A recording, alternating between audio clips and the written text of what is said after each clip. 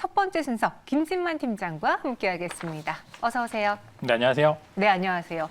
월요일 처지니까 좀 업해달라는 주문이 들어와서 저희가 최대한 업해서 방송을 해보겠습니다. 시장도 좋아요. 첫 번째 상황실로 들어가 보도록 하죠.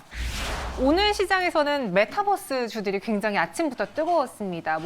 저희가 많이 이야기드렸던 M게임, 뮤직 스튜디오, 덱스터 외에도 한컴 MDS가 메타버스 관련주로 급등해서 꼽아봤는데 어떤 종목들이 메타버스 관련주로 엮여 있는지 오늘 장 상승 이유부터 좀 분석해 볼게요. 네, 아무래도 이제 시장도 메타버스 시장 자체도 이제 막 시작하는 초기 단계이고요. 거기에다 지금 정치권에서 계속 메타버스에 대해서 이제 출마 선언을 메타버스로 하거나 거기에다 이제 저는 이제 싸이월드 세대긴 한데 싸이월드도 최근에 이제 오픈을 해가지고. 그러니까요, 그거 왜 오픈했대요? 아시죠? 싸이월드 아시죠? 같이 네. 하시는. 네부터 이제 싸이월드도 다시 하면서 어느 정도 메타버스에 대한 시장 수급이 막 일어나는 그런 상황이고요. 지금 보여지는 입장에서는 아무래도 시장 초기 단계다 보니까 이제 시장으로 막 진입하는 그런 종목들이 시세를 좀 강하게 분출받는 그런 모습을 보여주고 있습니다. 원래 이제 기존의 대장으로 표현받는 종목들이 있습니다. 선익 시스템이나 한빛소프트, 자이언트 스텝 세 가지 종목이 보통 대장주로 많이 분류돼 있고 그 뒤를 알체라 정도가 있는 그런 수급을 이제 보여주고 있었는데 오늘은 한컴 MDS가 자회사 중에 하나가 메타버스 플랫폼 개발사인 프론티스의 지분을 55% 인수를 하면서 메타버스 시장에 이제 막 입성하는 그런 모습을 보여주었기 때문에 전반적으로 시장 자체가 좋아서 아무래도 강한 수급을 받지 않았나 그런 이야기를 하고 싶네요. 이 메타버스 관련주들에 대한 그럼 투자 전략을 어떻게 세워봐야 될지도 궁금한데 실제로 이제 뉴욕 증시에서는 로블록스의 주가 흐름을 또 많이들 보시고 우리 서학개미들이 많이 샀다고도 들었는데 메타버스 관련주 투자에 대해서 긍정적으로 보시나요? 네, 이제 막 시작하는 단계이기 때문에 지금 막 진입을 하는 업체 같은 경우에는 앞으로 시장을 좀 선도할 수 있는 것 같고요. 네. 저희 비슷한 예를 들었을 때 이제 작년에 2차 전지 관련주랑 좀 비슷하면 좋을 것 같은데 이전에 선도했던 종목들만 살아남았고요. 그때 막 이제 이슈몰 2차 전지가 막 테슬라 관련해서 막 올라서 나도 2차 전지 한다. 그다음에 나도 2차 전지 한다. 막 기업들이 2차 전지를 하겠다고 막 했었었는데 결국 이제 올해 봤었을 때 살아남은 종목들이 몇 개 없습니다. 2차 전지 관련 쪽에서는.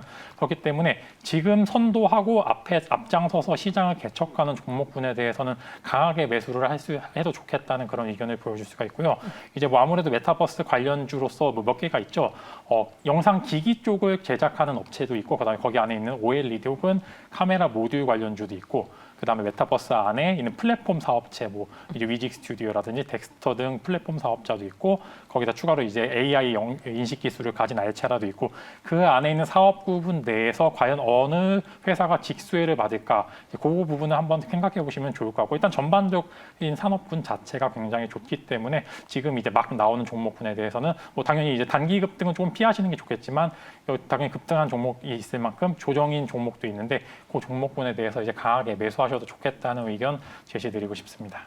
이제 시작인 산업이고 그 안에서는 여러 OLED, 왜냐면 VR, AR을 구현해야 되니까 OLED 쪽 보시는 분도 있겠지만 그것보다는 콘텐츠 쪽으로 집중해 보는 게 좋겠다라고 의견 주셨고요. 한컴 MDS를 갖고 계신 주주분들은 어떻게 볼까요? 오늘의 이 상승을 잘 이용해야 될 텐데요. 아무래도 이제 당연히 분할 매도라고 좀 말씀을 드리고 싶은 게 네. 이제 막 시작하는 단계입니다. 이제 이전에 선도하고 있는 회사 같은 경우에는 이미 거기에서 안에서 어느 정도 수익을 나고 있는 그런 종목군이고요. 이제 막 시작하는 단계, 즉 단기 수급으로 오른 거기 때문에 아무래도 오늘 내일까지 해서 분할 매도의 관점에서 좀 보시면 좋을 것 같고요. 당연히 이 신규 매수는 조금 자제를 하고 신규 매수하시고 싶으신 분들은 지금 메타버스 차트가 다 좋습니다. 자이언트 스텝스 좋고 선익 한빛 그다음에 알체라 차트가 다 좋기 때문에 급등하는 종목 말고 진짜 종목을 한번 찾아보셔서 그 부분에 제가 방금 말씀드린 종목군에 대해서 매수를 하시면 좋을 것 같습니다. 오늘 이 종목은 올랐기 때문에 종가부터 분할 매도를 해보시고 다른 아직 덜 간 메타버스 관련주를 찾는 게 더 좋을 것이다라는 의견까지 제시해드렸습니다. 저희가 또 잠시 후에 M게임과 관련한 이야기 김준호 매니저가 소개해드렸던 종목이잖아요. 달릴까 말까 시간에 리뷰해드리도록 하겠고요. 두 번째 상황실 골프존으로 넘어가 보겠습니다. 팀장님은 아직 골프 안 배우셨다고요? 네, 혹시 골프 좋아하시나요?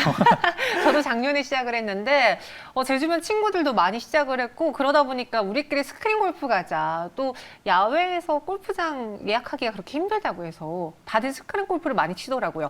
그래서 52주 신고가를 골프존이 기록한 거였나요? 아무래도 제가 아직 손을 안 댔기 때문에 52주 신고가가 달성하지 않나 싶은데요. 마음 네. 아픈 소리 하시네요. 네. 제 몸이 좀 둔해서 그런데 네. 일단은 뭐 골프전 전체적으로 일단은 실제로 지금 골프장 관련해서 되게 예약하기도 힘들다고 합니다. 이제 골프를 외부에서 이제 라운딩을 간다 그러죠. 라운딩을 할 수 없을 정도로 지금 예약이 꽉 차 있는 상황이고 그 네. 수요가 바탕으로 이제 스크린 골프로 좀 직수혜를 받는 것 같습니다. 아무래도 원래 코로나 때 관광 업종이 굉장히 타격을 많이 입었는데 특히 스크린 골프, 골프종 같은 경우에는 아무래도 그 영업 제한에서 프라이빗 좀 이제 개인적인 스포츠로 좀 볼 수가 있기 때문에 아무래도 방역 쪽에 있어서 좀 널널한 모습을 보여주었고요. 그렇기 때문에 코로나19 때 좀 자영업자들도 매출이 많이 타격이 입었는데 그 와중에 많이 선방을 했습니다. 그다음 선방을 했고 이 기세를 몰아서 영업 제한도 풀리게 될 경우 영업이익이 더 오를 수도 있다라고 하는 그런 긍정적인 전망이 이어지고 있는 가운데 계속 주가가 정말 쉬지 않고 오르는 모습을 보여주었습니다. 그래서 오늘 같은 경우에 좀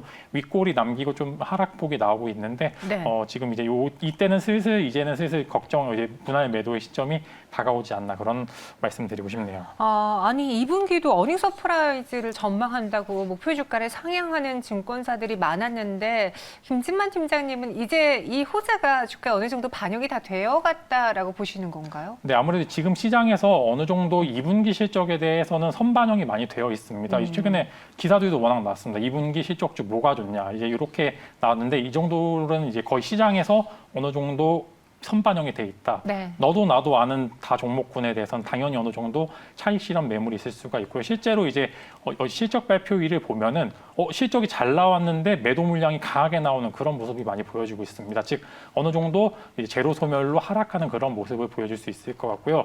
다만 이제 종목을 보셔야 될 때 2분기뿐만 아니라 3분기 실적 혹은 이제 섹터별 강한 장세가 이어질 것 같은 그런 종목에 대해서 매수를 하셔야 되는 것 같고요.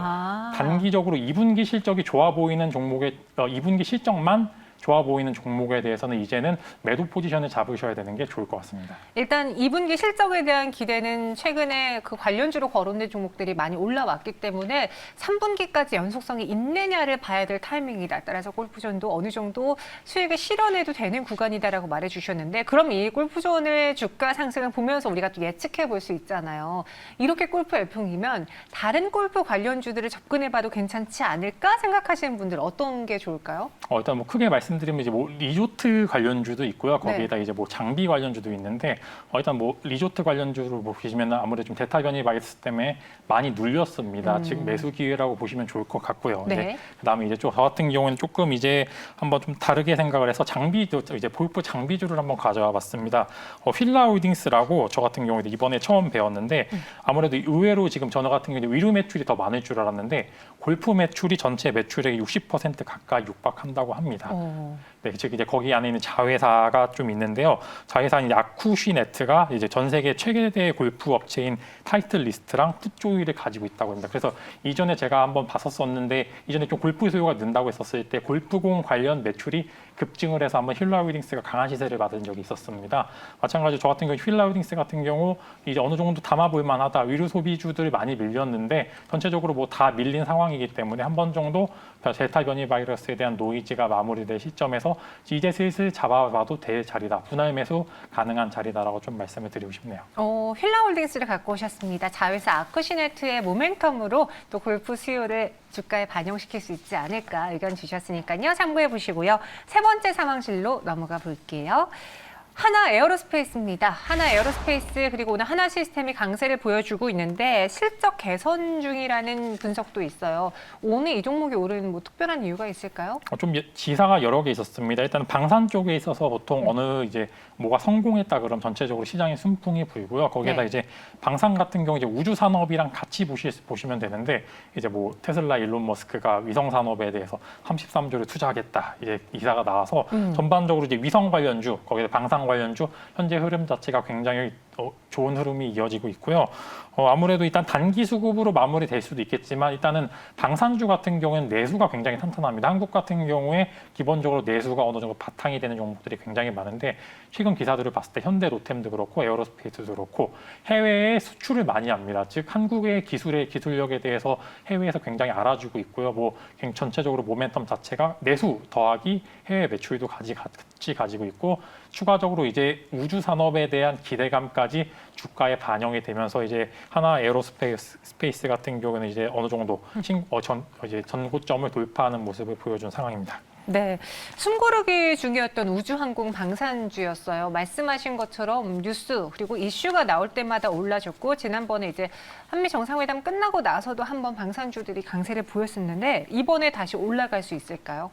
이제 막 시작하는 단계긴 한데요. 저 같은 경우에는 이제 조금 보수적으로 봐야 되는 게 정말 우주 산업이 요 이제 기업분, 섹터한테 도움이 될까라고 하는 그 의문점이 좀 붙는 게 예를 들어 이제 우주선을 쏘아 올렸는데 과연 이게 정말 무슨 수혜가 있을까? 오히려 연구비만 나갈 수도 있을 수도 있고요. 아니면 이게 실제로 관광이 되어서 매출이 나오게 된다면 좋겠는데 근데 요 산업분 자체가 단순 기업이 운용을 하기에는 조금 리스크가 있고요.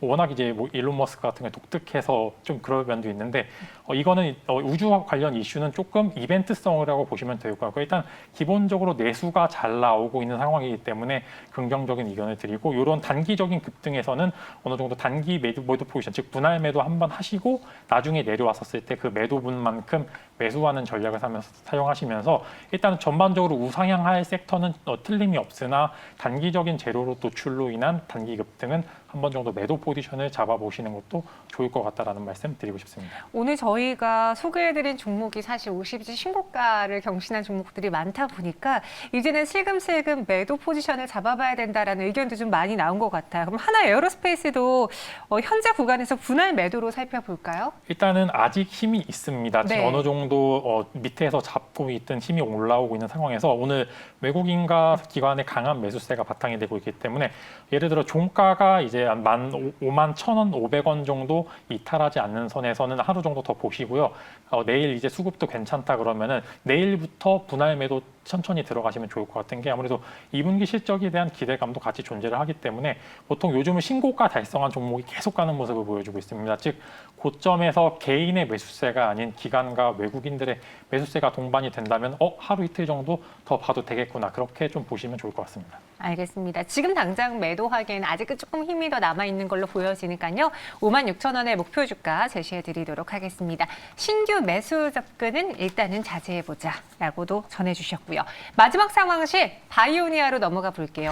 최근 코스닥이 연중 최고점을 경신하는 그 배경에 제약바이오의 힘이 있는데 이 바이오니아는 증권사 애널리스트 그 간담회를 한 이후로부터 주가가 더 폭발적으로 상승하고 있어요. 어떤 회사인지 좀 설명해 주시겠어요? 일단은 설명 한번 드리면 최근에 이제 갑자기 정말 기술력이 부각을 받는 종목들이 굉장히 많습니다. 네. 최근에 진원상명과학도 갑자기 어느 날 리포트가 잘 나오더니 맞아요. 그때 이후로 계속 오르는 모습을 보여주었고요.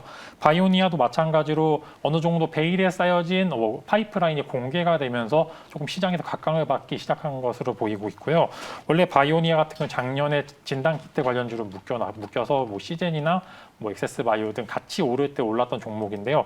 아무래도 진단키트 같은 경우에는 올 초부터 계속 수급이 안 좋다가 갑자기 최근에 델타 변이 바이러스로 인해서 단기 수급이 붙은 와중에 여기에 추가로 이제 뭐 신약 개발에 대한 기대감 거기에다가 추가적으로 뭐 파이프라인에 대한 공개 즉 이제 신약에 대한 기대감과 이제 공장 파이프라인이 공개되면서 이제 요 종목 같은 경우에 기본적으로 이제 실적이 좀 나오는 게 건강기능식품이라고 건기식에서 매출이 꽤나 잘 나오는 편입니다. 즉 진단 키트로만 보기에는 아직도 이 부분은 저평가되어 있다는 그런 리포트가 나왔고요. 그렇기 네. 때문에 조금 단기적으로 급등한 모습을 보여준 것 같습니다. 바이오니아 한번 차트를 봐볼게요. 최근 상승세가 연일 나타나면서 지난 거래일에 20% 넘는 급등을 보였는데 오늘 또 장중에 20% 넘게 올랐어요. 지금 윗꼬리가 달린 상황인데 여기서 이제 투자자분들은 매도할까 더 들고 갈까 고민하실 것 같거든요. 네. 신규 매수자 만약에 오늘 정말 위에서 매수하신 분은 조금 반성하셔야 됩니다. 네, 고점에서 매수를 하신다는 거는 어느 정도 리스크를 가지고 좀 매수를 하신 건데 바이오니아 같은 경우에는 아무래도 급등이 나온 종목이 요 이제 매수세가 지속이 될지 의문이 되는 종목이기 때문에 아무래도 고점에서 매수하신 분들은 지금 약간 매도 포지션을 차라리 잡으셔서 네. 다른 종목으로 이제 조금 바꾸시는 게 좋을 것 같은 게 요 종목 같은 경우 아무래도 매출이 기본적으로 바탕이 되지만 이게 지속이 돼서 더 많이 이뤄질 종목은 아니고요.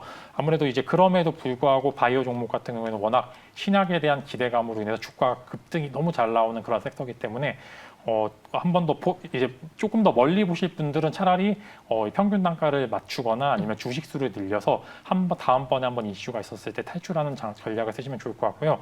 기보유자분들 즉 밑에서 잡으신 분들께서는 오늘부터 슬슬 오늘 종가부터 분할 매도 관점으로 보시면 좋을 것 같습니다. 네, 제약바이오주들 흐름이 요즘 좋고 눈에 띄게 급등하는 종목들이 나타난다고 했잖아요. 기술력 부각으로. 혹시 우리가 더 눈여겨봐야 될 만한 제약바이오주 한 종목 더 있을까요? 이거는 비밀인데. 비밀 아니죠?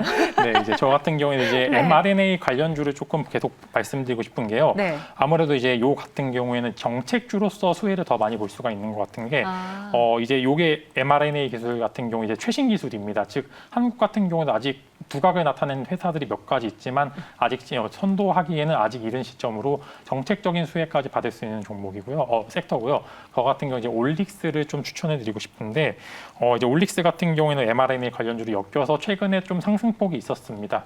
그럼에도 불구하고 아직 상승 여력이 더 남았던 게 파이프라인도 워낙 괜찮고요. 이 부분에 있어서 자회사인 엠큐렉스가 백신 후보 물질로 지금 이제 평가를 받고 있기 때문에 최근 이제 뭐 한국산 mRNA 백신 거기에다 모더나 화이자 쪽 관련 이슈로 인해서 계속적으로 섹터가 부각을 받을 것 같습니다. 즉 만약에 바이오 쪽 주도 섹터가 된다면 진단 키트보다는 mRNA 섹터가 훨씬 더 부각받기 좋다는 그런 입장을 말씀드리고 싶고요. 그렇기 때문에 단기적인 수급도 괜찮고 중장기적으로 보셔도 좋고 두 가지 모멘텀이 다 존재하기 때문에 올릭스 한번 매수해 보시면 좋을 것 같습니다. 비밀이라고 하셨는데 이제 비밀이 아니게 되었네요. 너무 상세하게 말씀하시네요.